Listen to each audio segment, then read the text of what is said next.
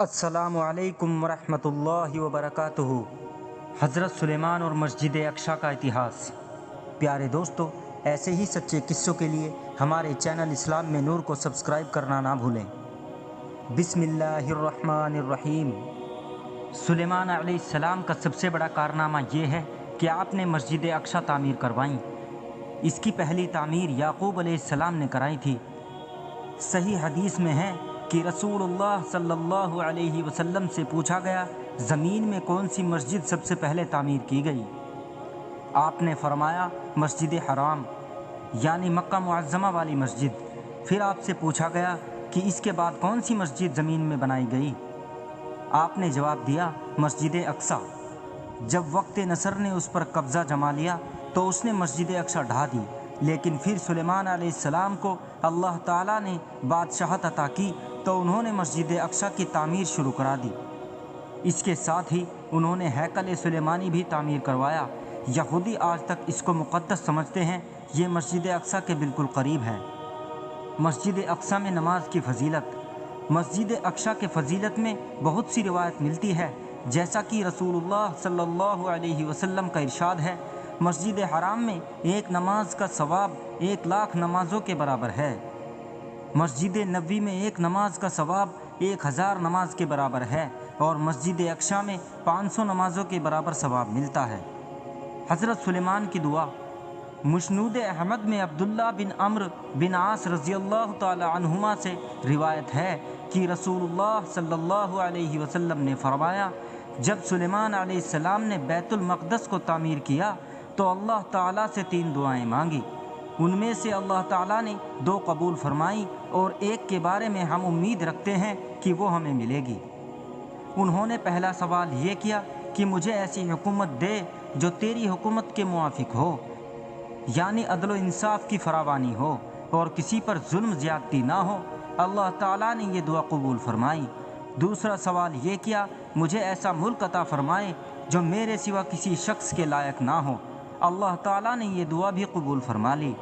تیسرا سوال یہ کیا کہ جو شخص بھی گھر سے نکلے اور وہ مسجد اقصیٰ میں نماز پڑھنے کا ارادہ رکھتا ہو تو وہ اپنے گناہوں سے اس طرح نکل جائے جس طرح کے پیدائش کے دن تھا۔ اس تیسرے سوال کے متعلق رسول اللہ صلی اللہ علیہ وسلم نے فرمایا، امید ہے یہ دعا اللہ تعالیٰ نے ہمارے لیے رکھ لی ہو۔ حضرت سلیمان علیہ السلام کی وفات۔ اللہ تعالیٰ نے انہیں اس قدر طاقت اور قدرت عطا فرمائی تھی، لیکن اس کے باوجود آپ بشر تھے اور موت ہر بشر کو پہنچ کر رہتی ہے۔ انسان جس قدر بھی قدرت حاصل کر لے، جتنا بھی غلبہ پا لے، جتنی بھی آزمات حاصل کر لے، لیکن موت سے نہیں بچ سکتا۔ اللہ تعالیٰ نے تو نبی کریم صلی اللہ علیہ وسلم کے متعلق فرمایا ہے، سورۃ الزمر آیت 30 میں ہے، بے شک خود آپ کو بھی موت کا مزہ چکھنا ہے اور یہ سب بھی مرنے والے ہیں۔ اللہ تعالیٰ نے چاہا کہ سلیمان علیہ السلام کی موت سے بھی لوگوں کو عبرت ہوں اور نشانیاں ظاہر ہیں، کیونکہ اس دور میں لوگ جنات کے فتنے میں مبتلا تھے۔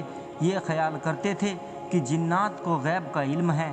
اللہ تعالیٰ نے چاہا کہ لوگوں کو سلیمان علیہ السلام کی موت کے ذریعے بتائے کہ جنات کو علم غیب نہیں ہے۔ ایک دن سلیمان علیہ السلام نے جنات کو سختی کے ساتھ مسخر کیا اور وہ آپ کے سامنے کام کرنے لگے۔ آپ ان کی نگرانی کرتے رہتے۔ جنات کے دلوں میں آپ کا بہت خوف تھا۔ آپ انہیں سستی کرنے پر سخت سزا دیتے تھے۔ آپ کھڑے ان کی نگرانی کر رہے تھے۔ اس وقت آپ کی عمر 150 سال تھی۔ جنات بیت المقدس کی تعمیر میں مصروف تھے۔ ایسے میں آپ نے اپنا اثافہ پکڑا اور اس پر اپنی ہتھیلیاں ٹکا دی، پھر ہتھیلیوں پر اپنا سر رکھ دیا۔ اس طرح ان کی نگرانی کرتے رہے۔ اسی حالت میں اللہ تعالیٰ نے آپ کی روح قبض کر لی تو آپ کی آنکھیں کھلی رہی۔ ادھر جنات مسلسل کام میں لگے رہے۔ وہ یہی خیال کرتے رہے کہ سلیمان علیہ السلام زندہ ہیں اور انہیں دیکھ رہے ہیں۔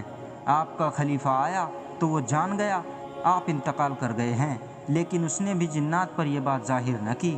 اس طرح 2 سال گزر گئے۔ جنات اس قدر نگرانی پر حیران تھے۔